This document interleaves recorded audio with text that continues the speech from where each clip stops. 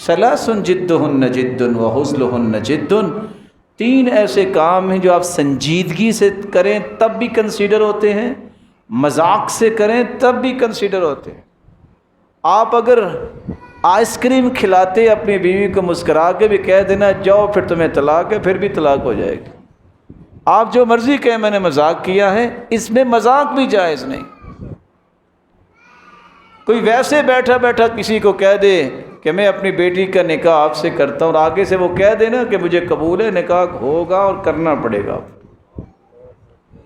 गुलाम को आज़ाद करने की बात है, मैंने आज़ाद किया तो गुलाम आज़ाद हो जाएगा।